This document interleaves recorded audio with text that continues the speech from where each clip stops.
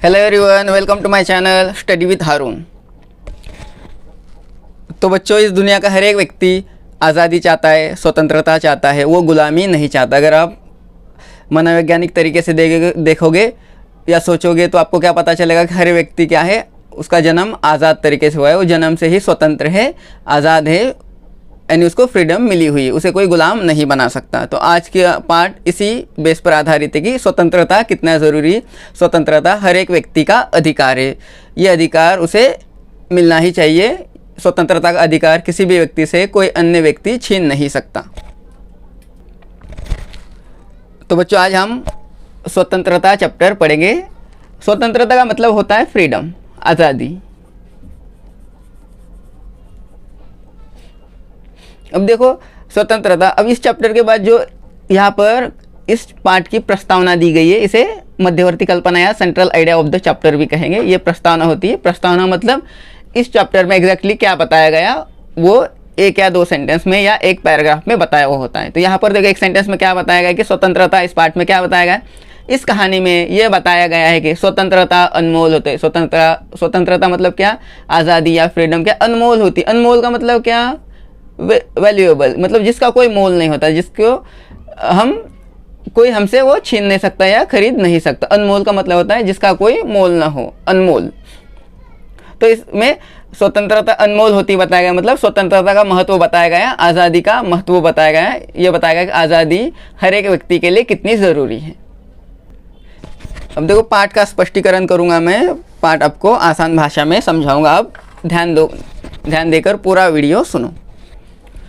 पहला पैराग्राफ देखिए।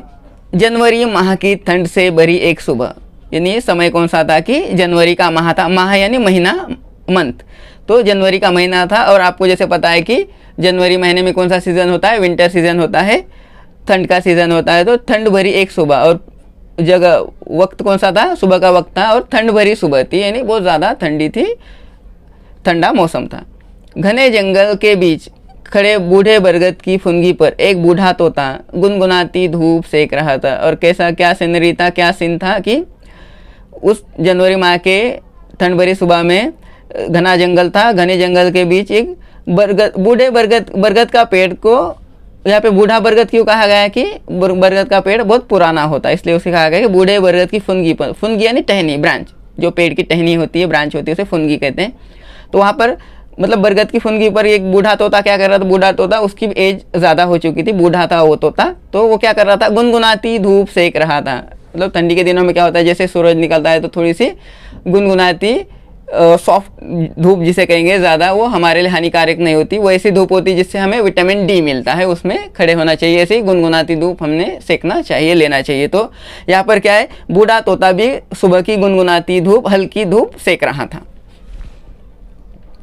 सारे छोटे बच्चे आसपास ही खेल रहे थे और उस बूढ़े बरगद के आसपास, उसी के छाया में छोटे छोटे बच्चे, उस मोहल्ले के बच्चे खेल रहे थे। आसमान में उड़ते हुए गैस के लाल पीले गुब्बारों को देख एक हल्की मुस्कान उसके चेहरे पर आ गई। और जब वो बूढ़ा तोता बरगद के पेड़ पर बैठा था तो आसमान में कुछ गुब्बारे यानी बलून्स उड़ रहे थे और लाल पीले कलर के एक गुब्बारे थे। और ये सब देखा बूढ़े तोते ने तो उसके चेहरे पर एक हल्की सी मुस्कान आई, वो मुस्कुराने लगा। पास में खेल रहे तोते के बच्चे ने इसका कारण जानना चाहा। जब बूढ़ा तोता मुस्कुरा रहा था तो वो तोते का एक छोटा सा बच्चा भी वहीं पर था और उसने देखा कि बूढ़ा तोता क्या है, मुस्कुरा रहा है। तो उसने कारण पूछा बूढ़े तोते को, उसकी मुस्कुराहट का, उसके मुस्कुराने का कारण पूछा। तो इस पर बूढ़े तोते ने जवाब दिया उस तोते के बच्चे को, उसके मुस्कुराहट का कारण बताया। क्या बताया देखो, बूढ़ा तोता कहने लगा, बेटे बहुत साल पहले की बात है। उसने कहा कि ये बहुत ही पुरानी बात है। अब वो अपना बैकग्राउंड, अपना इतिहास बता रहा है कि भूतकाल में उसके साथ क्या हुआ था। और वो उस मुस्कुराहट का, उस कहानी के ज़रिए वो छोटे तोते को, तोते के बच्चे को अपनी मुस्कुराहट का कारण बता रहा था। तो उसने अपनी फिर आप बीती सुनाना शुरू की। शाम होने को थी, हम सभी संगी साथी अपने घरों की ओर लौट रहे थे। उसने कहा कि बहुत साल पहले की बात है कि शाम हो रही थी, इसलिए हम क्या कर रहे थे, सभी तोते जब ग्रुप में बाहर गए थे, संगी साथी यानी उसके फ्रेंड्स या फिर उसके साथी कहेंगे, वो जिनके साथ रहता था। और उसके जो साथी तोते थे उनके साथ वो क्या कर रहा था, सब अपने अपने घरों की ओर लौट रहे थे। गैस भरे गुब्बारों का गुच्छा हमारे करीब से गुजर रहा था कि अचानक मेरे एक दोस्त ने शरारत करते हुए मुझे धक्का दिया और मैं बुरी तरह से गुब्बारों की डोरियों में उलझ गया। क्या हुआ कि भूतकाल में, पास्ट में क्या हुआ था, एक घटना हुई थी इस बूढ़े तोते के साथ कि वो अपने साथियों के साथ घर पर आ रहा था, लेकिन अचानक से जब वो घर आ रहा था, आसमान में वो लोग उड़ रहे थे, तो गैस भरे गुब्बारे उन्हें दिखाई दिए। गुब्बारे का गुच्छा उनसे करीब से गुजर रहा था, मतलब जहाँ से ये तोते का ग्रुप उड़ रहा था उसके बाजू में गुब्बारे का गुच्छा उनके करीब से गुजर रहा था। तो एक क्या किया, इसी बूढ़े तोते के दोस्त ने क्या किया कि शरारत करते हुए बूढ़े तोते को उसने धक्का दिया, और जैसे ही धक्का दिया तो क्या हुआ, उसका असर क्या हुआ कि बूढ़ा तोता बुरी तरह से उस गुब्बारों की जो डोरियाँ थी, जो धागे थे, उसमें बुरी तरह से फंस गया, उलझ गया। लाख कोशिश करने के बाद भी मैं अपने आप को छुड़ा न पाया। तो उसके पैरों में वो गुब्बारे की डोरियाँ फंस गई थी, तो बहुत कोशिश की उसने अपने आप को छुड़ाने की, लेकिन वो असफल रहा, वो अपने आप को छुड़ा नहीं पाया।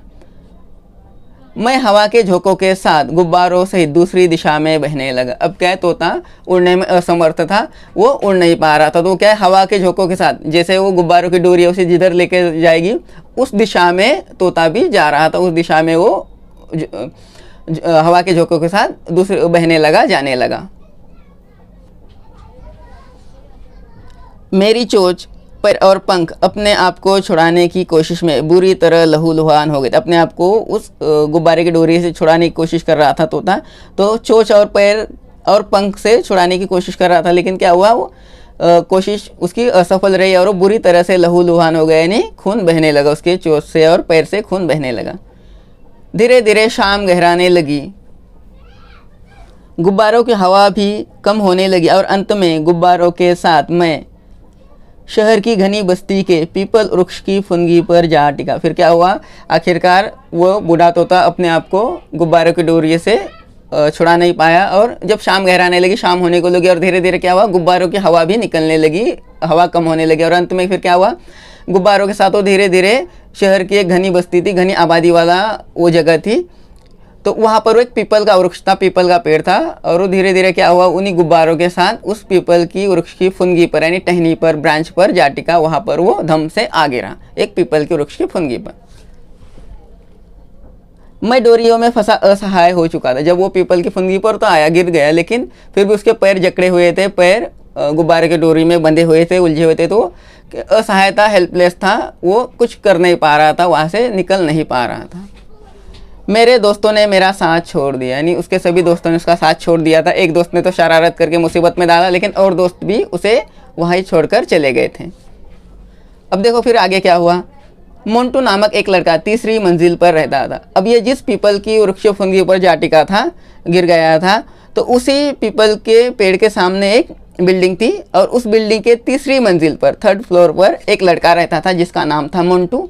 वो रहता था जहाँ से पीपल के पेड़ और उस पर फंसे मुझ पर उसकी नज़र गई। उसने घर में पिता से मुझे छुड़ाने को कहा। अब तीसरी मंजिल पर, जो पीपल के पेड़ के सामने जो बिल्डिंग थी, तीसरी मंजिल पर वो एक मोंटू नाम का लड़का रहता था। उसने क्या किया, फिर उसकी नज़र गई इस बूढ़े तोते पे। उसने देखा कि एक तोता है जो डोरियों में उलझ चुका है, उसे छुड़ाना चाहिए। तो उसने ये बात अपने पिता को कही, पिता से मदद मांगी कि इस तोते को छुड़ाया जाए।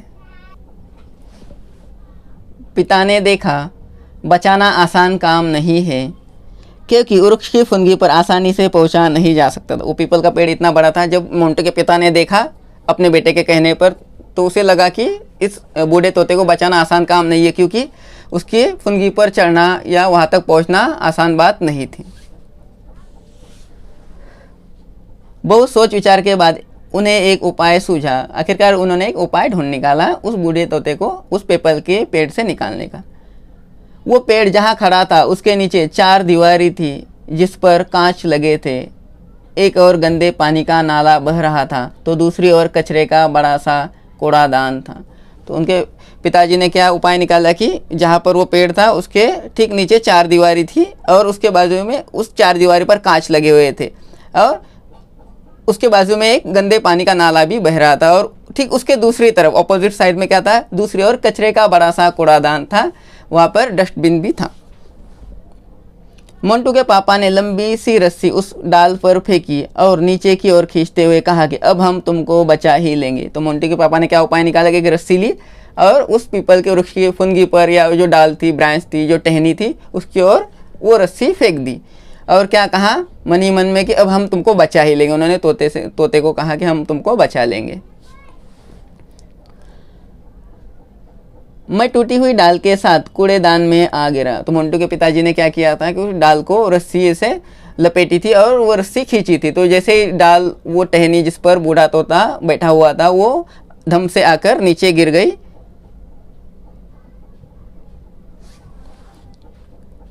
उस कूड़ेदान में वो तोता गिर गया। मेरी जान बच गई। इस प्रकार से उस बूढ़े तोते की जान बच गई। मोंटू और उसके पिताजी ने बूढ़े तोते की जान बचाई। मोंटू के पिता जख्मी हालत में मुझे घर ले आए, मरहम पट्टी की और पिंजड़े में रख दिया। तो फिर मोंटू के पिता ने और मोंटू ने क्या किया, तोते को अपने घर ले गए और वहाँ पर वो लहूलुहान हुआ था ना, तो मरहम पट्टी की उन्होंने और फिर पिंजड़े में उसे रख दिया, एक पिंजरे में रख दिया। मुझे बड़ा दुख हुआ। मैंने न पानी पिया और न ही चोंच में दाना लिया। अब यहाँ पर देखो, यहाँ पे बूढ़ा तोता कहता है कि मुझे बड़ा दुख हुआ। क्यों दुख हुआ? उसे तो खुश होना चाहिए था कि मोंटू ने और उसके पिताजी ने उसे बचाया। तो देखो दुख किस बात का हुआ उसे, क्योंकि उन लोगों ने क्या किया था, उसे पिंजरे में बंद किया था। और ये पहले कहा था जंगल में आज़ाद हुआ करता था, स्वतंत्र हुआ करता था, अपने हिसाब से घूमता फिरता था। और अब यहाँ क्या है, वो पिंजरे में कैद हुआ था, बंद हुआ था। इसलिए उसने क्या किया, पानी नहीं पिया और न ही चोंच में दाना लिया। जो उन्होंने पिंजरे में दाना डाला उसे, वो उसने नहीं खाया। मोंटू ने रात में पिताजी से 15 अगस्त का महत्व पूछा। फिर रात में मोंटू ने अपने पिताजी से 15 अगस्त का महत्व पूछा। 15 अगस्त के जो दिन होता है उसके बारे में पूछा। देखो पिताजी ने उन्हें क्या बताया। पिताजी ने कहा कि स्वतंत्रता यानी आज़ादी, अर्थात अपनी इच्छा अनुसार हर कार्य करने की सुविधा। तो उन्होंने 15 अगस्त के बारे में बताया मोंटू को कि 15 अगस्त को क्या है, स्वतंत्रता दिवस होता है, फ्रीडम का दिन होता है। और उसमें क्या कहा उन्होंने कि स्वतंत्रता या फिर आज़ादी, स्वतंत्रता शब्दों का समानार्थी शब्द रहेगा आज़ादी। तो कहा कि ये आज़ादी या फिर इसे कहेंगे अपनी इच्छा अनुसार हर कार्य करने की सुविधा। आज़ादी का मतलब होता है कि अपने इच्छा के अनुसार, अपने ख्वाहिश के अनुसार, अपनी इच्छा के अनुसार कोई भी हम कार्य कर सकते हैं। इसे कहेंगे आज़ादी या फिर फ्रीडम या स्वतंत्रता। मोंटू ने सवाल किया कि क्या ये आज़ादी सभी के लिए होती है। अपने पिताजी से कहा कि ये आज़ादी सभी के लिए होती है, मतलब मनुष्य प्राणी के लिए, एनिमल्स के लिए, प्राणियों के लिए, जंगली प्राणियों के लिए, सबके लिए होती है। पिता ने बताया कि हम सबका अधिकार है। मोंटू उसके पिता ने बताया कि स्वतंत्रता या आज़ादी हम सबका अधिकार है, यानी हर किसी का, मनुष्य प्राणी हो या पशु पक्षी प्राणी हो, तो इन सबका अधिकार है स्वतंत्रता, स्वतंत्र रहना, अपने इच्छानुसार हर कार्य करना। दूसरे दिन सुबह मोंटू मेरे पिंजड़े के पास आया और उसने कहा कि देखो मित्र, तुम जल्दी से ठीक हो जाओ तो मैं तुम्हें शीघ्र ही आज़ाद कर दूंगा। अब देखो दूसरे दिन मोंटू उस बूढ़े तोते के पिंजरे के पास आया जिसमें वो कैद था, और मोंटू ने तोते से क्या कहा कि हमने तुमको इसलिए पिंजरे में रखा है कि आप जल्दी से ठीक हो जाओ, आप लहूलुहान हुए थे, आप जख्मी हो, और अब जल्दी से ठीक हो जाओ तो मैं क्या करूँगा, तुमको जल्द से जल्द यहाँ से, शीघ्र मतलब जल्दी से जल्दी, शीघ्र ही आज़ाद कर दूंगा, आपको पिंजरे से आज़ाद कर दूंगा, पिंजरे से निकाल दूंगा। मुझे मोंटू की बात समझ में आ गई थी। फिर यहाँ पे बूढ़ा तोता कहता है उस छोटे तोते को, अपनी आप बीती सुना रहा है, अपनी हिस्ट्री सुना रहा है वो, कि वो कहता है कि मोंटू की बात उसे समझ में आ गई थी, यानी मोंटू ने कहा था ना कि मैं शीघ्र ही आज़ाद कर दूंगा, और वो 14 अगस्त के दिन उसने अपने पिताजी को 15 अगस्त का महत्व पूछा था। यानी बूढ़े तोते की कौन सी बात समझ में आ गई थी कि वो दूसरे 15 अगस्त के दिन उसको, तोते को, वो पिंजरे से आज़ाद करने वाला है। कुछ दिनों बाद 15 अगस्त की सुबह मोंटू नए जूते पहने, हाथ में तिरंगा लेकर पाठशाला चला गया। फिर कुछ दिनों बाद 15 अगस्त आया और मोंटू ने क्या किया, फिर सुबह सुबह वो झंडा वंदन के लिए जा रहा था। उसने क्या किया था, नए जूते पहने थे और हाथ में उसके तिरंगा था, तिरंगा लेकर वो पाठशाला गया। लेकिन उसने पाठशाला जाने से पहले क्या किया, जाते समय मोंटू ने अपना वादा पूरा किया। यानी पाठशाला जाने से पहले उसने क्या किया, अपना वादा पूरा किया। कौन सा वादा पूरा किया, कि उसने तोते से वादा किया था कि मित्र, मैं, आप जल्दी से ठीक हो जाओ, जल्द ही तुमको आज़ाद, पिंजरे से आज़ादी दिलाऊंगा। और ये वादा उसने पूरा किया और तोते को अपने वादे के अनुसार पिंजरे से आज़ाद कराएं। तो देखो बच्चों, इससे क्या सीख मिलती, क्या समझ आता है हमें, कि स्वतंत्रता हम सबका अधिकार है, चाहे वो मनुष्य हो, प्राणी हो, पशु हो, पक्षी हो, हर एक का अधिकार। यहाँ पर भी क्या है, तोता एक पक्षी था, लेकिन स्वतंत्रता उसका भी अधिकार था, हम उसको पिंजरे में बंद नहीं रख सकते। तो यहाँ पर मोंटू ने क्या किया, स्वतंत्रता का अधिकार उसको बहाल किया, उसको आज़ाद कराया। इस प्रकार से इस कविता से, इस पाठ से ये सीख मिलती है कि स्वतंत्रता हम सबका अधिकार है। ठीक है, अगर वीडियो आपको अच्छी लगी तो like, share and subscribe. Video देखने के लिए धन्यवाद।